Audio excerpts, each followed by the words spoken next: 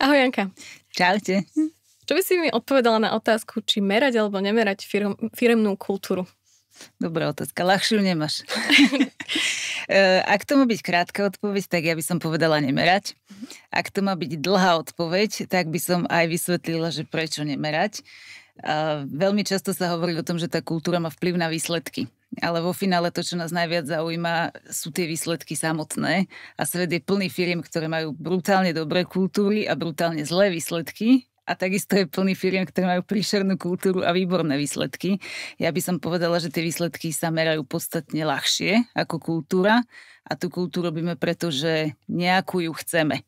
Nie kvôli tomu, že či nás privedie k tým výsledkom alebo nie, ale pretože my to chceme robiť takto. A to sa podľa mňa meria extrémne ťažko.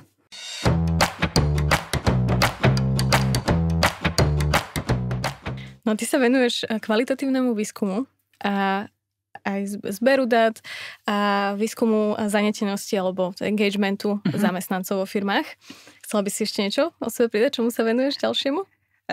Myslím, že ste to celkom dobre vystihli. Ten kvalitatívny výskum je taká tá hlavná oblasť, ktorá ma vystihuje. Ona sa dá aplikovať na najrôznejšie veci. To, že ja som si vybrala práve tú oblasť engagementu a kultúry, to je taká nejaká moja voľba, ale dá sa povedať, že to je súčasťou celého pozerania sa na kvalitu organizačného prostredia. To, ako máte tú firmu uspôsobenú, všetko, čo je v nej vnútri, čo tam pôsobí, ľudia, procesy, štruktúry, že aj tie tvrdé veci, a aj tie mäkšie, ktoré sa týkajú správania a koniec koncov aj leadershipu. Od zajtra lídrom. Takže všetko. Aj tvrdé, aj mäkké a ten kvalitatívny výskum je na toto výborný nástroj, pretože sa vie vlastne pozerať aj na jedno, aj na druhé. Tak začali sme tému organizačná kultúra. Ako by si nám ju vysvetlila v krátkosti? Čo to je? Kultúra je... Teraz to povedať jednou vetou. Kultúra je spoločný fenomén. To je niečo, čo dáva dokopy určitú skupinu ľudí a vzniká takým spôsobom, že určitá skupina ľudí rieši bežné každodenné problémy. Ako prežiť, keď to poviem jednoduchšie. A tá kultúra sa formuje tým, že urobíte nejaké veci, ktoré sa vám ukázali, že toto fungovalo. A keď to fungovalo, tak začnete si postupne zažívať tie presvedčenia o tom, že toto sú veci, ktoré fungujú, ktoré treba robiť. Keď sa to niekoľkokrát po sebe ziteruje, tak idú do tých hĺbších úrovní, kde už stratíte vedomie o tom, že toto je nejaká hodnota. Proste to ide do tých úrovní presvedčení a už všetci, ktorí sú v tom spoločenstve ľudí, v tej firme alebo v tej kultúre, to nemusí byť len firma, to môže byť kľudne aj na úrovni národa alebo nejakých spoločenstiev, kmeňov. Vieme, že toto funguje, toto nás charakterizuje, toto sme my.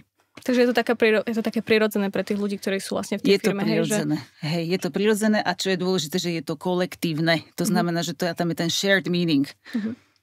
Čiže je to vlastne niečo, čo vidím, že sa deje, nie nutne niečo, čo mám niekde popísané a naučené, že sa má diať nejakým spôsobom alebo nejakou formou. Čiže tá dôkaz toho, ktorý vidím reálne, je asi to hodnotnejšie, ako to, že máme nejaký text, ktorý hovorí o tom, ako tá kultúra vyzerá a funguje. Jasné.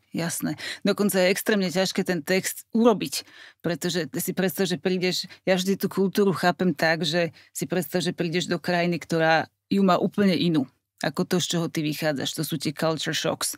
A ty trvá nejaký čas, kým prejdeš z toho povrchu, že vidíš na povrchu, že oni to robia ináč, jak my, ale veľmi dlho trvá, kým prídeš na to, že prečo. Im to dáva nejaký zmysel a oni už sa nad tým nezamýšľajú, že prečo to robíme takto alebo inak. Tá kultúra je tak veľmi hlboko ukotvená v tej hlave ľudí, že on už nad tým nešpekuluje, ani to nepopisuje, ani nerozmýšľa, či to má niekde napísané. Proste u nich sa to robí tak.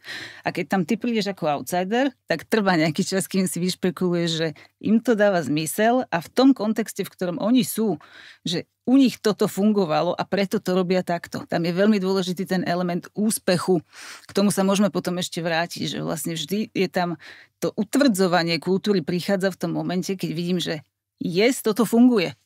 Takto to budeme robiť, lebo to je ono. A kto sa v tom utvrdzuje? tí ľudia, ktorí sú súčasťou toho spoločenstva, ktorí sú, keď si založíš nejaký malý startup, tak tam sa to rýchlejšie šíri, lebo ten úspech sa prevalí cez tú firmu rýchlejšie. Všetci cítime, že keď sme napríklad urobili nejaké produktové vylepšenie, tak sa to prevalí celou tou firmou, že áno, teraz sme trafili to, čo ten produkt má mať, aby to bolo zaujímavé pre ten trh, pre tú cieľovku. Toto je ten spôsob, akým na to pôjdeme. A čím tá firma rastie viac a viac, tak tým je tá vlnka menšia a tým viacej sa vám to tak akože rozleje do viacerých strán. Preto je ľahšie to budovať, kým sme v tých začiatočných štádiách. No keď si výborne začala o tej téme začiatočného štádia budovania kultúry, my sa vlastne chceli aj dostať k tomu, že keby som teraz zakladala firmu, ako by som si mala začať budovať tú firemnú kultúru? Alebo vlastne, či vôbec na ňom nejak uvažovať, alebo či to nejak riadiť, alebo to proste akože nechať nejak žiť, lebo to je malé a nejak sa to vyvrbí. Že ako vôbec uvažovať pri tom? Chápem. Ja si myslím, že ona sa vždy nejako vyvrbí. V tých začiatočných štádiách je dobre nad tým uvažovať, že ako to chcem robiť. Keď hovoríme teraz, že startup, že založím si nejakú menšiu firmu a idem s niečím na trh a väčšinou tam je presvedčenie, že prečo ja si myslím, že tento produkt alebo tá služba alebo to, čo robím, je pre svet alebo pre tú moju cieľovku dobrá vec. A je tam presvedčenie, ktoré toho zakladateľa alebo zakladateľov, ktoré vychádza z toho, že my si myslíme, že takto by sa to malo robiť a preto chceme tie veci robiť takto. Aj smerom von, aj smerom vnútri do tej firmy. A v začiatočných štádiách tá kultúra sa ľahšie buduje cez samotnú kultúru, cez také veci, že ako sa správam k tým ľuďom, aké máme rituály, aké máme napríklad pravidlá, že one-on-one meetingy, aké máme leadership styles a ako si vedieme nejaké stretnutia alebo aký máme proces na produktovú inováciu. To sú také veci, ktoré akože ľahko sa udržiavajú, pretože sme ešte malinkí. A veľmi ľahko sa to šeruje medzi tými jednotlivými členmi, pretože všetci to vidia. Hej? A ľahšie sa to aj koriguje, keď niekto začína ísť smerom mimo, tak stále je tam ten founder, ktorý má to presvedčenie, to základné presvedčenie, že prečo my chceme robiť veci práve takto. A keď vidí, že tam mi niekto odchádza, tak vie mu to veľmi elegantne, gently pripomenúť, že my chceme robiť takto a preto to teda budeme robiť takto. A zároveň teda sa tam pridávajú ľudia, ktorí vo väčšine prípadov zo začiatku šerujú to presvedčenie prirodzene. Proste vedia, tam sú väčšinou osobné väzby, oni vedia, že takto to chceme robiť a je to niečo, na čom sú uzrozumení. Ale keď je to 10 ľudí, tak jasné, že sa to robí ľahšie, ako keď to je 10 000 ľudí. Čiže tým vlastne, že tam existuje founder, ktorý akože má asi zažité alebo nejak možno zvedomené, alebo akokoľvek to nazviem, že ako vlastne tá kultúra má vyzerať, tak tam je dosť silný taký, že riadiaci element, ktorý to vie usmerniť, keď vidí, že to niekam nejde. Kedy príde asi, alebo ak to niekedy príde do fázy, kedy teda možno founder odíde, alebo neviem, narastie tá firma, alebo neviem, že čo sa môže iné stať, kedy už vlastne nestačí len to, že tam je niekto jeden, ktorý má predstavu alebo nejakú silnú víziu, ale už chcem, aby to žilo nejakým akože vlastným životom, súčasne stále zladené s tým, ako ten founder uvažuje. No, čím ďalej sme od toho momentu, ako tá firma vznikla, aj s tými svojimi začiatočnými presvedčeniami, tak tým ťažšie sa s kultúrou čokoľvek robí. Pretože kým som maličká firma, tak viem si to ľahko korigovať, viem ľahko ako keby naočkovať tých ľudí tými presvedčeniami, aj tými hodnotami a skorigovať tie správania tým smerom, ktorým chcem. Vo veľkej firme už viacej musíme hovoriť o tom, že tam neviem kultúru meniť priamo tým, že apelujem na kultúru. Hej, kultúra sa mení tým, že ľudia nejakým spôsobom zmenia správanie. A keď si predstavím, že je firma, ktorá má 10 ľudí a je firma, ktorá má 1000 ľudí, tak zmeniť správanie 1000 ľuďom takým spôsobom, aby malo nejaké spoločné znaky, nejaké spoločné hodnoty, je veľmi ťažký projekt. Pretože tam už prichádzam k tomu, že ľudia majú aj osobné hodnoty, nevždy sa musia úplne stotožňovať s tou kultúrou. Sú tam subkultúry v tej firme, v každej väčšej firme nevyhnutne sú. Že to sú tie boje, že my versus oni a tie vnútorné nejaké, niekedy to býva geografické, niekedy to býva, že oddelenia proti sebe bojujú chtiac alebo nechtiac. Takže všetky tieto veci tam pôsobia a keď chceme si povedať, že chceme zmeniť alebo upraviť kultúru vo veľkej firme, tak je podstatne jednoduchší spôsob robiť to tým, že sa zmení prostredie. Ja by som to možno na takom príklade skôr uviedla, že keď chcem motivovať ľudia, aby zmenili správanie, tak vytvorím také prostredie, v ktorom správať sa tým želaným spôsobom je ľahšie, ako správať sa tým neželaným. Hej? Čiže dám preč prekážky, ktoré tým ľuďom bránia, a to sú prekážky, keď sa pozriete, keď si zanalýzujeme to prostredie vnútri firmy, tie prekážky sú najčastejšie také, že ja by som možno aj chcel sa správať nejakým spôsobom, ale nedá sa mi, pretože proces ma nepustí. Proces mi diktuje, že čo mám robiť, ako mám robiť, a ja s tým možno aj nesúhlasím osobne ako človek, ale musím rešpektovať proces, lebo už sme veľká firma a nemôžem si robiť, čo chcem. Ďalšia taká typická prekážka býva systém odmeňovania. Že ja aj viem, že by som mala niečo spraviť, ale urobte to, keď vám za to opačne dajú 20% ročný bonus. Takýchto prekážok býva veľa, a tie prekážky, keď sa pozriete na to, že ktoré najčastejšie bývajú, tak oni nemajú nič spoločné so správaním. Oni majú spoločné buď s biznis modelom, alebo s tým, ako je tá firma naštruktúrovaná, uspôsobená. Čiže tam, keď chcem meniť správanie, tak začínam s tým, že mením organizačný dizajn. Pozerám sa, či sú procesy optimálne, či mi nebrzdia nejaký workflow. Pozerám sa na to, či systém odmeňovania mám dobre správaný, či mi podporuje tie správania, ktoré chcem. Pozerám sa napríklad na to, či job design je dobre urobený, že či mám správne zgrupené jednotlivé úlohy alebo nejaké tásky, ktoré patria k sebe. Že či tí ľudia teraz nie sú extrémne preťažení z toho, že ak to preženiem, tak niekto padá na hubu, že nestíha už sa ani vyspať poriadne a niekto iný sedí s vyloženými nohami. Čiže to sú veci, ktorými viete ovplyvňovať to, ako je prispôsobené to, ako je vytvorené to prostredie v organizácii. A keď vytvoríte tomu správaniu voľnejšiu cestičku, tak ono príde. A keď vytvoríte voľnejšiu cestičku tým spôsobom, že začnete podporovať správanie, o ktorom ste presvedčení, že vedie k výsledkom. Napríklad, že chcem mať stratégiu customer satisfaction a urobím také prostredie, kde ten človek prirodzene chce tomu zákazníkovi vyhovieť a nebránia mu 1500 vecí vnútri v tej firme, tí ľudia to začnú robiť a sami pocítia výsledky. A tam prichádza ten strašne dôležitý moment pri utvrdzovaní kultúry. Ja vidím, že to funguje. Bez tohto momentu nemôžem s kultúrou robiť nič, pretože inak je to, že umelá hmota. Takže tam ten utvrdzovací moment kultúry je, že musia tí ľudia sami pochopiť, že toto je to, čo nás vedie k tomu, prečo existujeme, prečo tu pracujeme, prečo tu sme. A myslíš si, že ten utvrzovací moment, ten príde zvlášť pre tých ľudí, alebo individuálne, alebo im to treba aj nejako akože zviditeľniť, pripomenúť, ukázať? Treba, určite. Aha, a toto je veľmi dôležitá úloha leadershipu, to sa stále o tom hovorí, že ten líder je ten, ktorý aj má ísť príkladom, aj im to má ukázať, aj im má vysvetliť, že prečo, ale vysvetliť to neviete. Tí ľudia to musia zažiť. Vy môžete iba na to upriamiť pozornosť a vysvetliť, že aha, toto už je ten moment, že tam už vidíte, že sa to začína prelievať a trošku ich tak dovedie do toho momentu, kedy si zaklikne to v tej hlave, že aha, asi to nebolo až také zlé, že sme niečo začali robiť zle.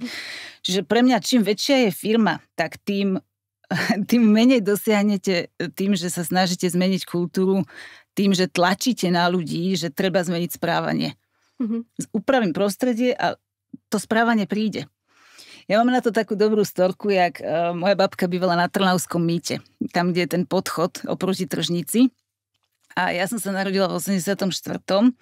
Nepamätám si, že keď som bola malá, už tá tržnica stála, ale neviem presne, že v ktorom roku ju postavili. A bol tam ten podchod, ktorý tam stojí po dnes deň, ale babka ho ignorovala. Pretože keď ona sa tam nasťahovala, myslím, že v 61.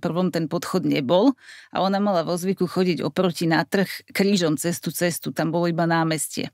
Ona ignorovala ten podchod do posledného dňa, čo v tom dome bývala a s ňou všetky susedy, pretože bolo jednoduchšie prejsť šregom cez tú ulicu. Už keď prišli do takého veku, že 70, 80, oni už nestíhali, lebo tam je, viete, ak tam prichádzajú auta z Vajnorskej, tam je zákruta.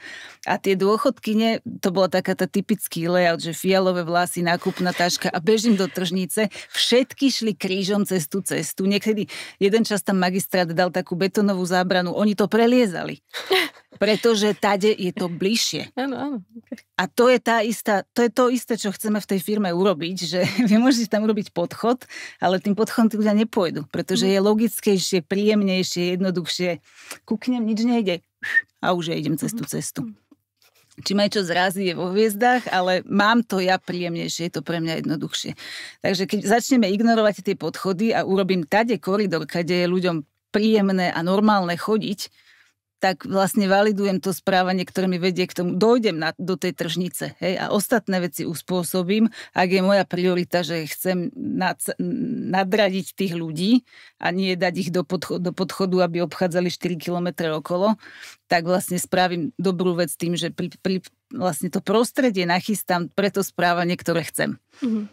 Čiže keby som bol magistrát a chcem, aby chodili tým podchodom kvôli bezpečnosti a iným dôvodom, tak čo by som mal spraviť? Úplne neviem, lebo dopravný inžinier nie som, ale ja osobne podchody a všetky tie nadúrovňové, mimoúrovňové, to vám nikdy nebude blízke ako človeku. Človeku je vždy príjemnejšie prejsť, že po povrchu. A ak chcem teda tým ľuďom dať ten priestor, že vytváram mesto alebo námestie, to celý tú infraštruktúru pre ľudí, tak urobím to tak, aby do podzemia museli ísť niekto autom, kto tady prefičí a proste je v tom podchode, že 3 sekundy, kým prejde autom a možno si to ani neuvedomí, ale tá cesta je pre ňoho v zásade rovnaká, nemusí si nadchádzať, iba to zapustíte dole a ľudia idú tady, keď im je prirodzené. Čiže tam de facto chcem tie prekážky odstrániť, lebo vlastne pri tom aute jednak sa teda nemá asi nevie tak manévrovať ako ten chodec, ktorý vie prejsť cez čokoľvek, že má tú jedinú cestu, ktorou môže ísť a keď je dlhšie, tak ako hovoríš, tie 3 sekundy alebo asi ani toľko ho nezabije, čiže vlastne tie prekážky, asi čo si aj skôr hovorila, potrebujem odstrániť, aby ten človek videl, že tu je cesta a ešte ho teda na konci nejakou formou, nespovedať, že odmeniť, ale ukázať mu, že áno, to má nejaký zmysel, nejakú hodnotu. Áno. Všímam si ako líder, keď sa pozeráme na tie mechanizmy ukotvovania kultúry, že pozeráme sa na to, že čomu ten líder venuje pozornosť, čo si všíma. Ľudia to vidia. Hej, keď povieme, že v našej firme sú dôležité takéto veci a ten líder rozhoduje a rozdeľuje odmeny podľa úplne iných kritérií, ľudia nie sú slepí. To vidia. Hej, čiže keď môžem mať povedané hodnoty, aké mám hodnoty, ale keď vidím, že ja prídem za tým človekom, ktorý má riadiť ako môj líder a poviem, že počúvaj Jožo, ja tu mám takúto dilemu, neviem, čo mám spraviť s týmto klientom a odpovede, že no, takto by sme to mali urobiť, ale urobíme teraz výnimku. A toto sa ľudia naučia. Ak vám to povie 4-5 krát za sebou, tak si povie, že OK, tak tie hodnoty sú akože nejaké funny, že to je asi, že akože, a že niekto si urobil cvičenie, ale to sa nepoužíva v reálnej robote. Aký to dáva potom signál tým ľuďom, keď vidia, že tie hodnoty sa potom vlastne nepoužívajú v praxi? No, že to je nejaké cvičenie, ktoré si niekto spravil a to je nejaká formálna vec, ktorú úplne nemusím dodržovať, ale reálne veci v práci vybavím cez iné hodnoty a cez iné správania a tam dochádza k tomu, čo konzultanti to strašne radi majú, že ten rozdiel medzi žitými a deklarovanými hodnotami. To je ako tam ten líder vlastne funguje ako kvázi výhybka.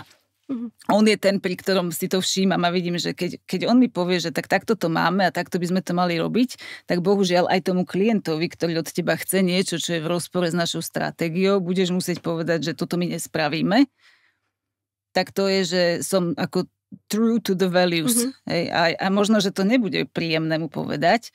Napríklad sú firmy, kde majú, že chcem ísť cestou štandardizácie. To znamená, že ja nemôžem každému klientovi urobiť to, čo mu vidím na očiach, pretože to nie je štandardizácia. Takže trošku aj pritlačím na tých ľudí, aby, že nie, že náš klient, náš pán, ale keď stratégia hovorí, že teda povieme, že toto my neurobíme, lebo to nie je naša cesta, tak takto tomu klientovi vysvetlíme. Nadviažem iba na to, že dobre, som v situácii, že vidím, že máme nejaké deklarované hodnoty, toto je nejaká naša kultúra, ktorá je popísaná a vidím v realite, že to vyzerá úplne inak. Alebo teda začína sa to rozchádzať. Áno. Sme ešte v tej fáze.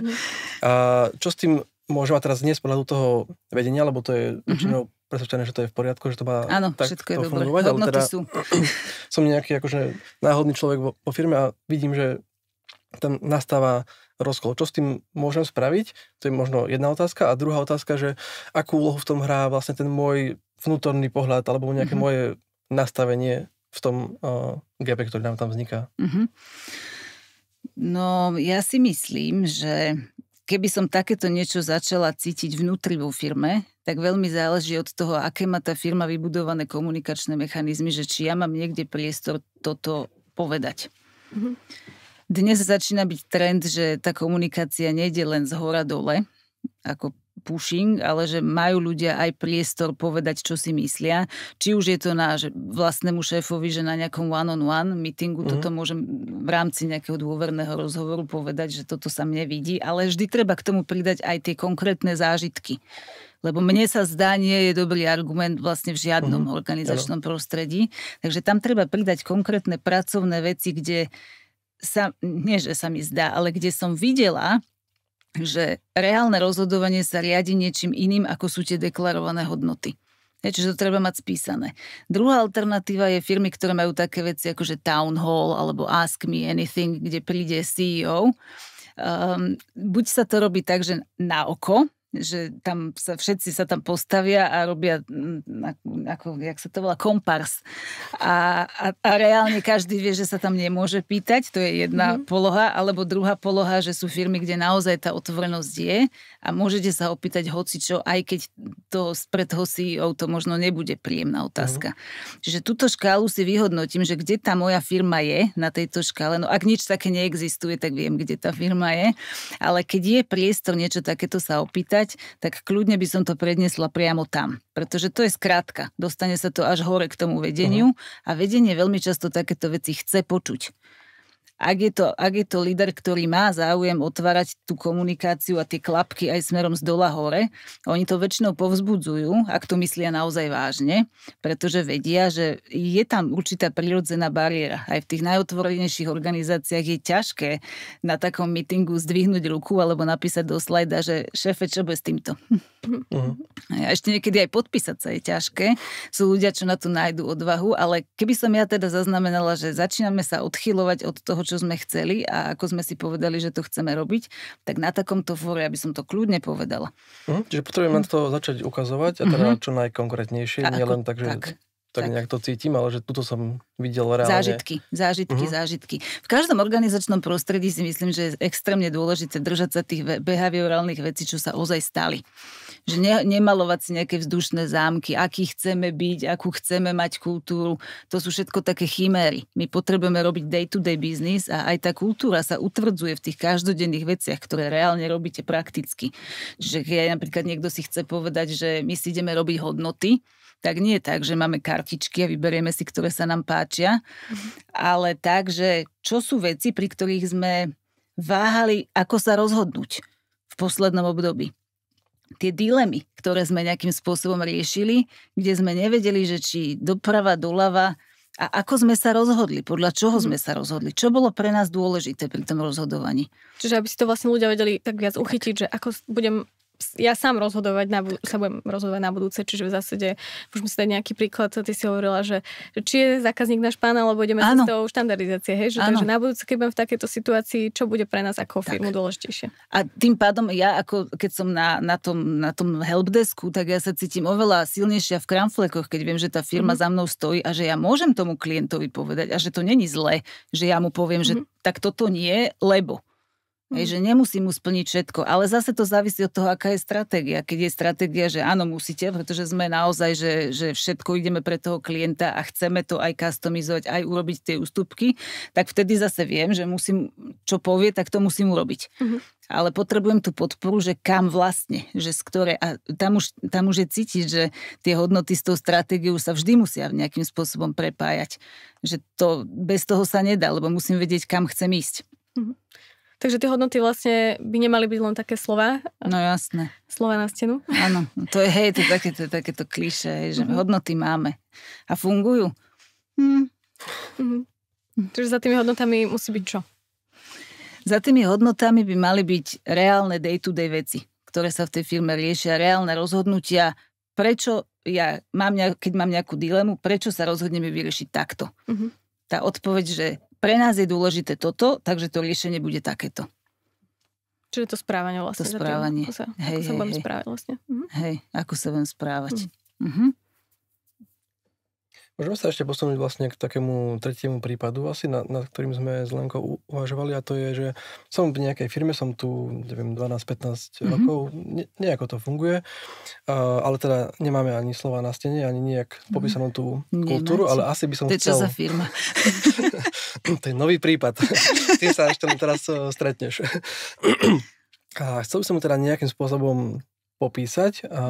Jednak asi taký svoj dobrý vnútorný pocit, že máme aj toto zdokumentované, a skôr asi možno aj preto, že keď k nám prichádzajú noví ľudia, tak nechcem, aby len mali nejaký zážitok a spravili si z toho nejaký akože svoj assessment tej situácie, ale aby sme si vedeli možno aj pozrieť alebo sa spolu rozprávať nad práve nejakým tým kultúrnym popisom alebo dokumentom alebo čímkoľvek. Ako takúto situáciu by si ty uchopila? Ak som správne pochopila, takže chceme tú kultúru nejako uchopiť, hej? Že nejako ju zachytiť do niečoho. Popísať pokojne, alebo ak sú iné formy, pokojne aj inou formou, len niečo, čo proste viem odozdať niekomu ďalej. Áno. Hej, aj odvysielať externému trhu, lebo pokojne, to je jeden zo spôsobov vlastne tú kultúru, keď mám popísanú a mám teda vystihnutú tú esenciu, že ako to chceme robiť my, tak je to celkom dobrý odkaz smerom von. Ale iba za predpokladu, že to mám popísané tak, ako to naozaj funguje. Nie tak, že ako by sme si my predstavovali, že by to chcelo fungovať a potom ten neborák príde do tej firmy a zistí, že fúha, že bola som vovedená do omylu. Ja by som to opäť robila tak, že pozrieť sa na to, aké dilemy riešia ľudia vo svojej každodennej práci a čo sú tie veci, podľa ktorých sa rozhodujú. Čo je pre nás ako pre firmu dôležité vo vzťahu k zákazníkovi, vo vzťahu k investorovi, vo vzťahu k našim samotným zamestnancom, k nám samým, ako sa správajú naši manažéri. Tie hodnoty sú vždy o tom, že odpoveď na otázku, čo je pre nás to, čo je dôležité. Čo budeme v tom biznise presadzovať a čo sú veci, o ktorých my si myslíme, že takto sa to má robiť. A kto si myslí, že by sa mal zúčastniť na takejto analýze? Keď je malá firma, tak kľudne všetci. Keď je veľká firma, tak tam už sa s tými hodnotami ťažšie robí. Tam už by som nezačínala s hodnotami, keď chcem čokoľvek zachytávať ako kultúru, tam by som nezačínala s hodnotami, lebo oni vedia byť dosť brutálne abstraktné. Tam by som začala skôr s tým, že pozrieme sa na to, aké máme prostredie, aké máme tie prekážky, aké máme tie dilemy. A toto všetko, keď sa spíše a ľudia povedia, že toto sú veci, ktorými my čelíme v každodennej praxi a takto ich riešime, tak pri tých rozdvojkách alebo roztrojkách, že aké sú možnosti a akú si zvolíš, keď vlastne riešiš nejaký problém v práci, tak z toho vám tie hodnoty výjdu. Ja som sa zachovala takto. Prečo si sa zachovala tak? No, lebo si myslím, že je dôležité urobiť to tak a tak. Čiže akože vlastne zviditeľniť tej možnosti a prediskutovať si to a vlastne dohodnúť sa na tom, čo ako firma robíme vlastne ďalej, alebo prečo. Ako je to taká je tá správna možnosť. Hej. Napríklad často teraz mi napadlo, že v Lani som robila s jednou firmou, kde oni mali hodnotu, že chcú byť aj pre zamestnancov ako partner, že ten well-being, alebo ako sa to tak štandardne nazýva, že aby tí zamestnanci sa tam cítili dobre, ale vnútri v tom bežnom správaní bol nejakým spôsobom zaužívané presvedčenie zo začiatku tej firmy, že veci musia byť spravené hneď. Že ako náhle príde nejaká požiadavka, či už interná alebo vonkajšia, že je ako keby zlyhanie ukázať, že ja na to teraz nemám čas, alebo že to nevládzem, že okamžite to musí byť spravené. A tieto dve veci, to je obrovský clash, že máte na jednej strane deklarovanú hodnotu, že áno, my sa chceme o tých zamestnancov postarať a naozaj to tak aj môže myslieť ten vlastník alebo to vedenie, ale hĺbšie niečo tam funguje z nejakých čias, to bolo z nejakých 90. rokov zaužívané, keď ste neurobili niečo hneď, tak prišiel niekto druhý a spravil to za vás. A to v tej firme nejako zostalo. Napriek tomu, že už to vôbec dnes nebolo relevantné pre dnešnú situáciu, to sú tie hlboké organizačné presvedčenia, že toto keď vytiahnete na povrch a zistíte, že OK, my máme síce, že well-being a starostlivosť o zamestnancov, ale tí ľudia majú pocit viny, keď okamžite nereagujú na niečo, čo sa od nich chce. Čiže na jednu stranu môžeme hovoriť, že záleží nám na wellbeingu, môžete skončiť o 4:00, ísť za rodinou, starať sa a ona ide o svoj čas, ale potom, keď pipne nejaká správa, e-mail, tak vlastne stres sa ide na nervy, lebo čo bude a ako bude. A to sú tie veci, ktoré on možno ani nikdy nezažil sám osobne, že by mu niekto za to nadával alebo nebodaj ho vyhodil, ale je toto prenesené zo začiatku, že taká tá atmosféra tam na začiatku zrejme bola a to sa začalo tradovať a zrejme to bolo niečo, čo im pomáhalo v tom čase dosahovať ten úspech. Proste reagujem hneď, musím to robiť hneď. A niekto tam musel byť taký ako líder, kto pripomínal túto nutnosť, že tá okamžitá reakcia vedie k tomu, že nám niekto iný ten biznis nevyfúkne. A to tam môže zostať. Ono to už potom žije asi vlastným životom, keď to človek nejak akože neusmerňuje, že už len tým, že vidím, že tak správajú všetci, tak asi sa chcem nejak akože podriadiť a zapadnúť do toho prostredia a tým pádom to robím aj ja. Kto môže takéto, alebo nie že kto, ale ako také niečo odhaliť, keď už vlastne, ja keď som v tej firme, už to mám nejak akože zžité, že ani neuvažujem nad tým, že sa to dá robiť nejak inak, tak ako vlastne prísť na to, že toto je to, čo nám možno bráni v dosahovaní tej hodnoty, ktorú si spomínala? To je trochu taký blind spot, že ja to zvyknem robiť tak, že keď sa pozeráme vlastne, keď ma niekto zavolá na projekt, ktorý má v názve, že kultúra, tak ja vlastne s kultúrou nič nerobím. Ja sa vo väčších firmách sa pozerám na to prostredie, kde ideme takým spôsobom, že s tými ľuďmi robíme focus grupy a vrtame sa v tom, že prečo je to správanie také, aké je, prečo sú tam také dilemy, aké tam sú. A tam sa vyťahnú von tie presvedčenia, ktoré sú niekde v hĺbke a tí ľudia nad nimi vôbec neuvažujú. To sa ukáže väčšinou vtedy, keď sa zastavíte a máte čas sa s niekým rozprávať o tom, že ako sa tu robia veci a aký to vlastne má zmysel. Prečo sa to tak robí? Lebo v každodennej praxi, v prevádzke nad týmto neuvažujete. Tam není čas. Čiže keď človek, alebo celá tá skupina sa má čas zastaviť, tak vlastne zistí, že síce toto je naša nejaká hodnota, ktorú tvrdíme, že máme, ale toto je to presvedčenie, ktoré nás vlastne ťahá. A to nás riadi. Takže vlastne, a kto potom s tým môže niečo spraviť? To je dobrá otázka. Vždy je tá veľká dilema je, že či sa tá kultúra dá meniť aj zo spodu. Sú aj nejaké také články, že môžete, že určitá, akože nejaký kritický tlak sa dá vyvinúť aj zo spodu, ale je to strašne ťažké. Je to energeticky náročné, pretože musíte tých ľudí dať dokopy, musíte aj tú komunikáciu nejako, že ako poviete človeku, ktorý mám pocit, že kolega je a ja mám nejaký dojem, že niečo tu úplne nehra a ako to s ním otvorím, že jak mu to vysvetlím. Ja to jednému ešte možno, keď sme, že kamoši a robíme spolu, ale ako to dám vedieť niekomu, koho ja som v živote nevidela, že sa vidíme len občas a ten má možno taký istý pocit na druhej strane tej firmy niekde, ja neviem, v Košiciach alebo v Brazílii. Tie veci môžu byť tie vnemy môžu byť veľmi podobné, ale tí ľudia nebudú o tom komunikovať. Jednak není čas a jednak není na to ani priestor a niekedy ani tie slová sa na to nevedia nájsť. Čiže ja som oveľa väčší zástanca toho, že keď niečo chcem meniť v takýchto veciach, tak by to malo ísť z vrchu. A malo by to ísť z vrchu v tom zmysle, že to vedenie chce. Čiže v tomto prípade napríklad vedenie by malo keby usmerniť, že ktorá z tohto správania je vlastne dôležitejšia pre firmu. Keď príde takáto dilema, že akože ubezpečí ich, že nie je dôležité odpovedať hneď, pretože pre nás je dôležité váš well-being. Áno, a zároveň to prácu spraviť ráno, tak. Tak, a zároveň to konzistentne ukazovať. To znamená, že keď niečo ja potrebujem ako líder, tak nezačnem hovoriť, že just this once, od tej 9. večer mi prosím ťa odpíš, urob tú výnimku.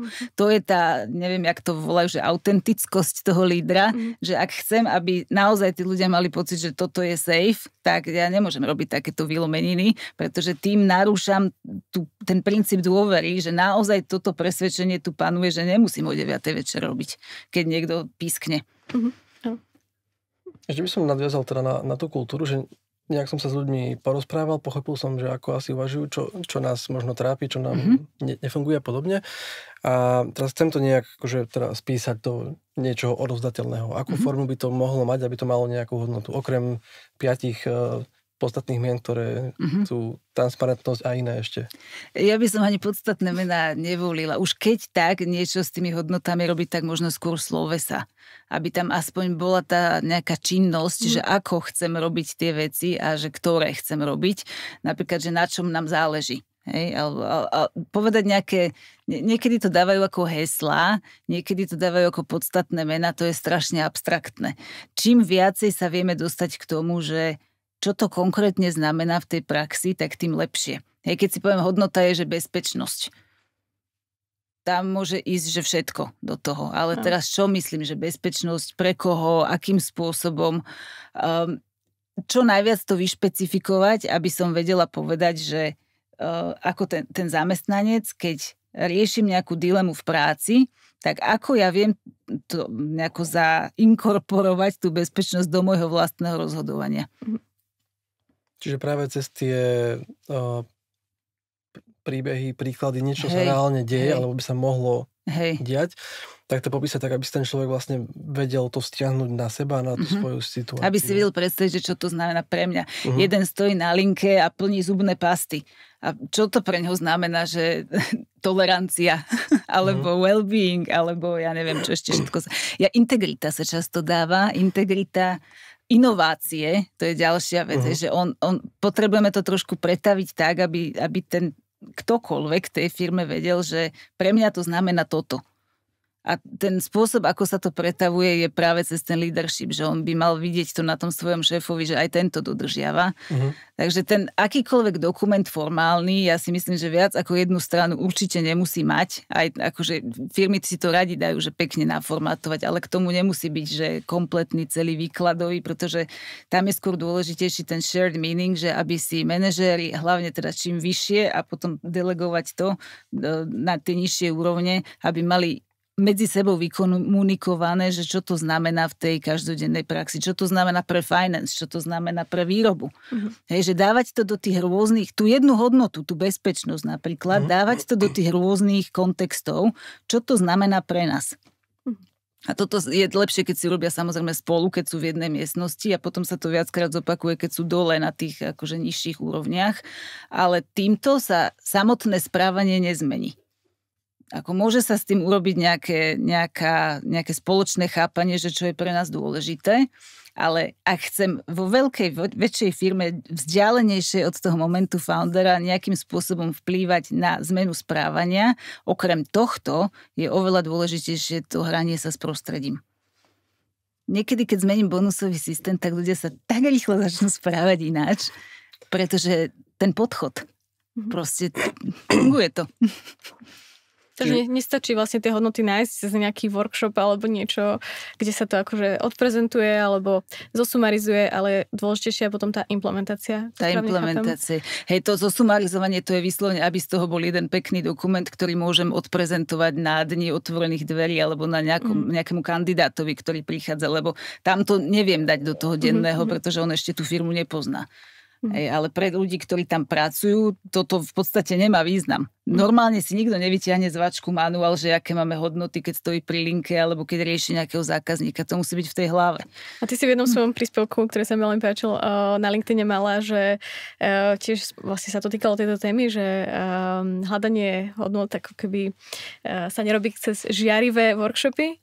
Časne, že čím viac ako keby času, si tam písala, že čím viac času venujeme na branding a vlastne ako odprezentovanie tých hodnot, tak tým menej času je na tú implementáciu. A to sa mi veľmi páčilo ako myšlienka. Času, ale peňazí na to zostane menej. Tak čo je vlastne ten rozumný pomer? Fú, tak to neviem, to si takto možno nie finančný, ale taký akože, že ako dôležité je v tomto hľadanie tých hodnot a ako veľmi dôležitá implementácia. Podľa mňa to je, že 9:1. To hľadanie, akože tá diagnostika netrvá až tak dlho. To je ľudia veľmi rýchlo, keď prídete za ľuďmi a dáte im možnosť rozprávať, že čo sú veci, ktoré riešia, to povedia na prvú. Trošičku ich necháte, že oni tam samozrejme porozprávajú aj iné veci, ale keď necháte odbublať takú nejakú prirodzenú frustráciu, ktorú do určitej miery má každý z práce, tak začnú riešiť veci, ktoré ich brzdia v práci. Oni to vedia pomenovať. Len treba tomu dať ten čas. A to nemusí trvať, že pol roka. To vôbec netrvá pol roka. To sú viac menej, že hodiny až minúty, pretože väčšina ľudí nad tým rozmýšľa. Áno, že každý deň, keď ma veci rozčulujú v práci, presne tak v podstate ich viem hneď pomenovať. Vieš povedať, že keby tento proces nebol, alebo keby táto mašina neresetovala sa každé 2 minúty, jak dobre by sa mi robilo, to vám povie každý za 5 minút. Len mu treba dať ten čas. A potom vlastne ukázať, že to budem riešiť ďalej, že teda tú implementáciu toho prostredie a že to vyriešime. Možno, že nie všetko naraz, ale akože postupne a dať tomu nejaké priority a jasné, že tie veci, ktoré sú ako tangible a nie sú extrémne drahé, tak tie sa riešia prvé. Pretože tam tí ľudia to rýchlo uvidia, že rieši sa to. My sme to povedali, že toto je problém a rieši sa to. A už sa začína štartovať aj ten proces dôvery, že toto nebolo iba cvičenie o hodnotách a aký máme byť super a aký sme skvelí, ale že naozaj sa to prenáša do tej dennej praxe. Premýšľam ešte nad tým, že keď sme už teda v tej implementácii, že máme to nejak popísané a uchopené, tak už si niekoľko vecí k tomu spomínal, že vlastne ako to implementovať, že teda je fajn, keď ten leadership, alebo teda ľudia, ktorí to nejak som vytvorili, alebo teda vedú firmu a sú vzormi asi by default, tak tým žijú reálne. Druhá, že teda tie vlastne procesy a to prostredie prispôsobujeme tomu, čo vlastne chceme od tých ľudí možno dostať, alebo teda aké správanie od nich v rámci teda tých nejakých nových hodnôt vyžadujeme. Je tam možno ešte niečo z tvojho pohľadu, čo je také dôležité si uvedomiť a možno nie na prvú to človeku nápadne, keď chce urobiť tú kultúrnu zmenu? No ja vždy pripomínam, že tie úvahy sú také, že alebo to, čo výskum hovorí, že keď je tá firma už ďalej od toho momentu založenia a je trošku ďalej od tých pôvodných presvedčení, tak kultúra je výsledok. Ona, neviem na ňu pôsobiť, ona vždy nejaká je. Aj, či ju mám dobrú alebo zlú, to teraz je jedno, ale vždy nejaká je. A ak ju chcem zmeniť, tak prvé mením prostredie, následkom toho sa mi podarí upraviť správania a tá kultúra, ona postupne začnú sa usádzať nové tie presvedčenia. Ako ľudia budú prechádzať cez nové fázy a vidieť, že toto funguje a že my sme povedali, že tu máme problém a sa to začalo riešiť a vidíme, že lepšie sa nám pracuje a že naozaj tá firma má záujem a tí lídri majú záujem, tak sa začína ako keby usádzať nová. Ako keby taký sediment si to ja predstavujem a že vtedy to vlastne viete, že na prvú to neviete zmeniť. To je na silu. To je ako keby ste ovocný stromček chceli ťahať, že tady to budeš rásť. Tu ho natiahnem a priviažem. On si pôjde, kade chce. Ja sa ešte vrátim k tomu meraniu, to sme vlastne v úvode spomínali a ty si k tomu písala také vysvetlivky, ako to možno vôbec vnímať. A ty tam spomínala, myslím, že 3 veci. Jedna je tá, že teda keď to chceme merať, tak väčšinou to je nejakým dotazníkom, ktorý má svoje limity, že asi nám tam, aj keď tam dám ten text fill, že napíš, čo chceš, tak reálne ten človek tam napíše, čo chce. Nie je asi úplne to, čo ja možno očakávam a neviem ho nasmerovať. A plus teda to má, myslím, že to nazval nejaké pevné dimenzie, v ktorých sa viem hýbať v rámci toho dotazníka asi.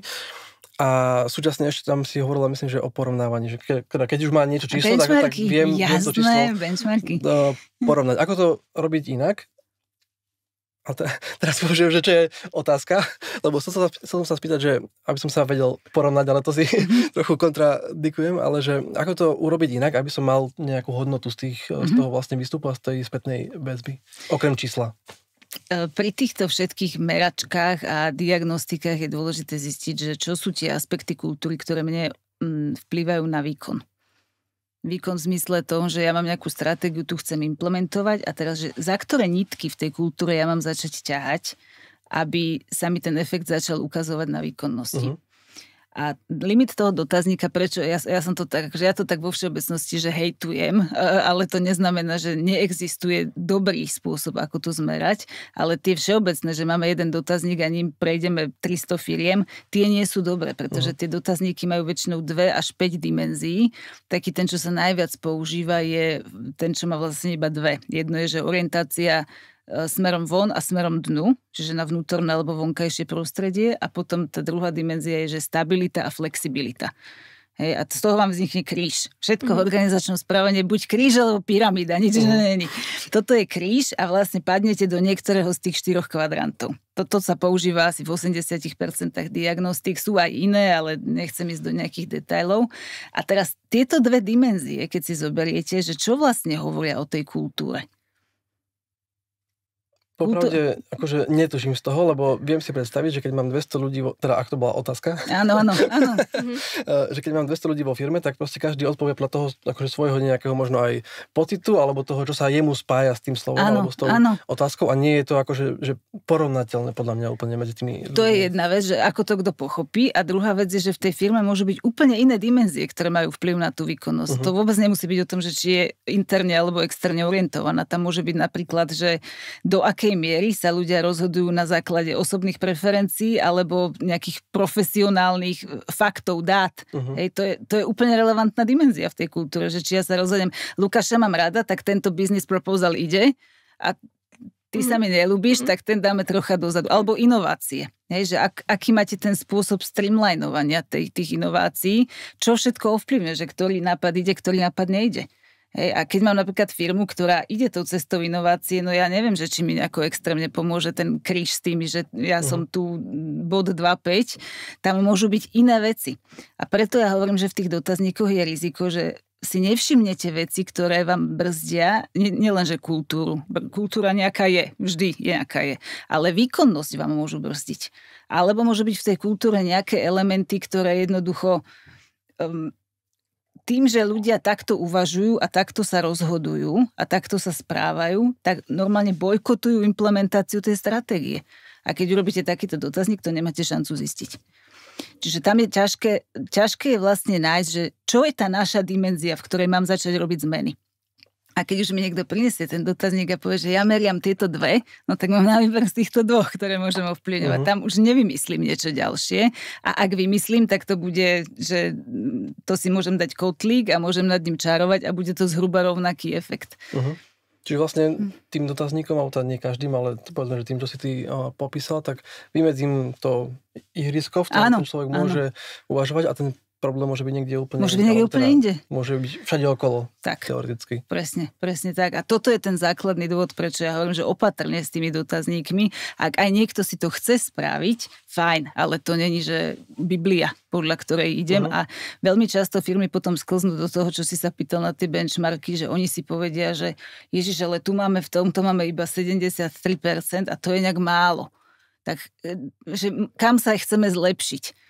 A väčšinou už to číslo, že kam sa chceme zlepšiť, to je vyťahnuté z pety, lebo to nemáte nikde napísať, to vám nikto nevyráta, tak niekto si tipne v borde, povedia, že tak dajme 86 a celá firma začne najbližší rok pracovať na tom, aby to bolo 86. A možno to vlastne nie je vôbec dôležité, že pracujú na tejto oblasti. Možno, že to je dimenzia, ktorá vôbec nič nerobí, hej, ale oni väčšinou sa dostanú na tých 86, lebo keď ľudí dostatočne veľa otravujete, tak oni vám to tam dajú. Ale bude to len akože. Alebo odpovedia na budúce trošku. Presne tak.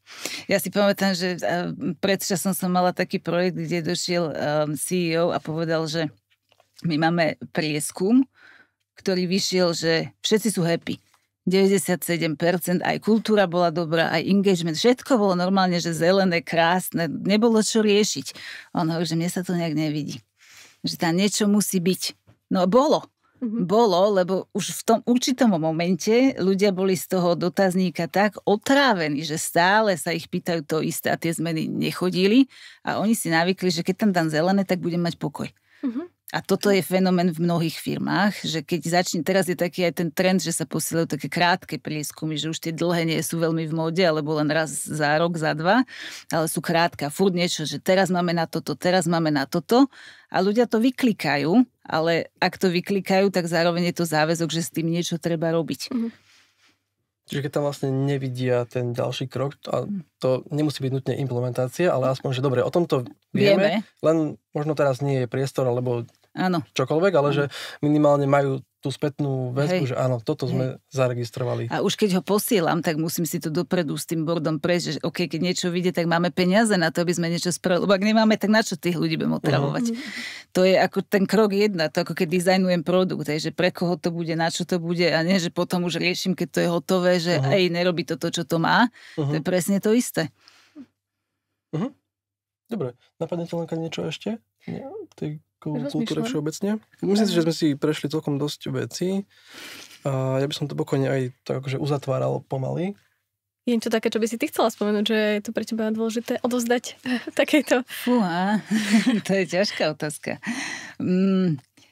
Ja by som možno...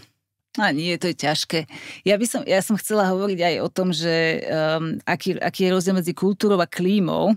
A ten moment klímy, on v biznise úplne zmizol. V určitej fáze proste sa to prestalo používať a už je len kultúra a väčšinou sa tá kultúra rieši práve tým spôsobom, že ideme upravovať kultúru. Ja si predstavujem firmu tak, že sú tam tie dve zložky, že ja to volám, že tvrdé a mäkké. A tvrdé sú, že organizačná štruktúra, job design, celý ten systém odmeňovania, celý vlastne ten business model, že z čoho tá firma streamlinuje cash, akým spôsobom tady sa vytvára hodnota. A potom sú tie mäkké, to sú také veci, ako že jak sa líder správa k ľuďom, aké sú tie leadership styles, správania a v podstate aj hodnoty. A je strašne veľa firiem, kde medzi tými tvrdými a mäkkými vecami ide normálne, že diaľnica. V akom zmysle? V tom zmysle, že urobím školenie pre lídrov, jak majú viacej koučovať, alebo jak nemajú byť mikromanažéri, alebo jak majú to, lebo je to dôležité pre nás. To je ako keby tá strana, že soft veci. A on na tom školení si povie, že je to fajn, aj to pekne vyzerá, aj by som to chcela robiť. A prejdem cez zase nadchod, tentokrát nie podchod, prejdem na tú tvrdú stranu a tam mám 150 termínov a 380 KPIs, ktoré mi merajú a ja s tým, čo som sa naučila na tom školení, si hovorím, že ty kokos, a čo teraz, ako to mám spraviť? Tá podstata organizačného rozvoja aj pri tej kultúre je, že tá diaľnica tam nemá byť. Vždy si musím vedieť povedať, že ak chcem niečo meniť, tak viem to teraz lepšie zmeniť cez tie mäkké alebo cez tie tvrdé nástroje.